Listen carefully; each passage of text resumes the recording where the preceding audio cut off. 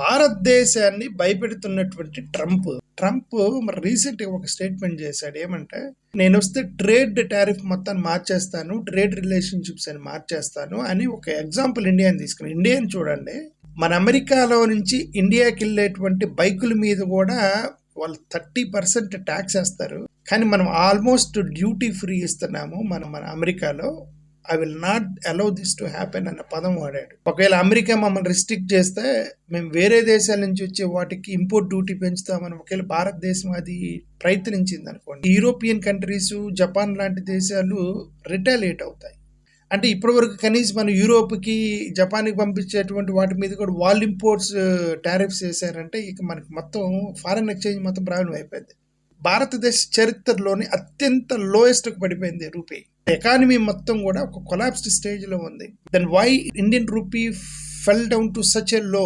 ప్రపంచంలో ఇన్ఫ్లేషన్లో 90వ ప్లేస్లో ఉంది భారతదేశం. అండ్ పర్ క్యాపిటల్ ఇన్కమ్లో 140వ ప్లేస్లో ఉంది. అది ఎకానమీలో నెంబర్ 1 అది అని చెప్పుకుంటున్నారు. H1B వీసాని నేను కంట్రోల్ చేస్తాను. H1B వీసాని కంట్రోల్ చేస్తే ట్రంప్కి నష్టం. అక్కడ కంపెనీస్ ఆఫ్ షోరింగ్ సర్వీసెస్ తీసుకొని ఇండియాకి వచ్చేస్తాయి. When people are not going there, the companies will come here. India is the cheapest employment market. ఈ చీపెస్ట్ ఎంప్లాయ్మెంట్ మార్కెట్ను వాళ్ళు వదులుకోరు అమెరికన్ కంపెనీస్. ఓకే, నువ్వు ఇండియా వాళ్ళు రానికపోతే మేమే ఆఫ్ షోరింగ్ అని చెప్పేసి ఇక్కడ బ్రాంచ్ పెడతారు. అక్కడ అమెరికా కంపెనీ బ్రాంచ్ పెట్టి ఇక్కడ రిక్రూట్ చేస్తారు. కాబట్టి ట్రంప్ ఆ సాహసం చేస్తాడని మనమైతే అనుకోవట్లా. బట్ ట్రంప్ నేను యుద్ధాలకు దూరంగా ఉంటాను అని ఇజ్రాయెల్ హమాస్ మధ్యలో జరిగిన దానికి తనే మీడియేటింగ్ చేసి ఈ సీజ్ ఫైర్కి తనే ట్రై చేశాడు.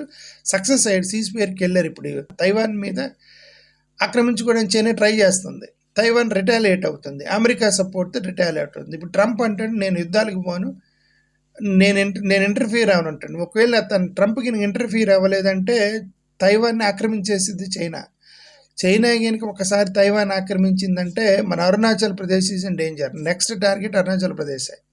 తైవాన్ ఆక్రమించిన మరుక్షణం వాళ్ళ టార్గెట్ అరుణాచల్ ప్రదేశ్ మీద ఉండదు. ఓకే, సో అది ప్రమాదమే భారతదేశం. అంటే ట్రంప్ మాట్లాడే మాటల వల్ల భారతదేశానికి కొద్దిగా కష్టాల్లో పడేసేటట్టుగా అనిపిస్తున్నాడు. మరి ట్రంప్ వచ్చిన తర్వాత మరి ఏం చేస్తాడు? మరి ఇప్పటికే లోయెస్ట్ ఇండియన్ రూపీ పడిపోయింది. మరి ఇతను వచ్చిన తర్వాత టారిఫ్స్ పెంచుతానంటాడు. మరి ఇంకా భారతదేశం ఎకానమీ అనేది ఇంకా పడిపోయిద్దేమో అనేటువంటి భయంలో భారతదేశ ఎకనామిస్టులు ఉన్నారు. పొలిటికల్ స్పీచ్లు వదిలేయండి. మోడీ గారు వచ్చిన అదే టైంలో 5th లార్జెస్ట్ జీడిపి ఎకానమీ అని చెప్పి మన చంద్రబాబు నాయుడు గారు అంటే కూర్చోబెట్టి భజన చేశారు కదా.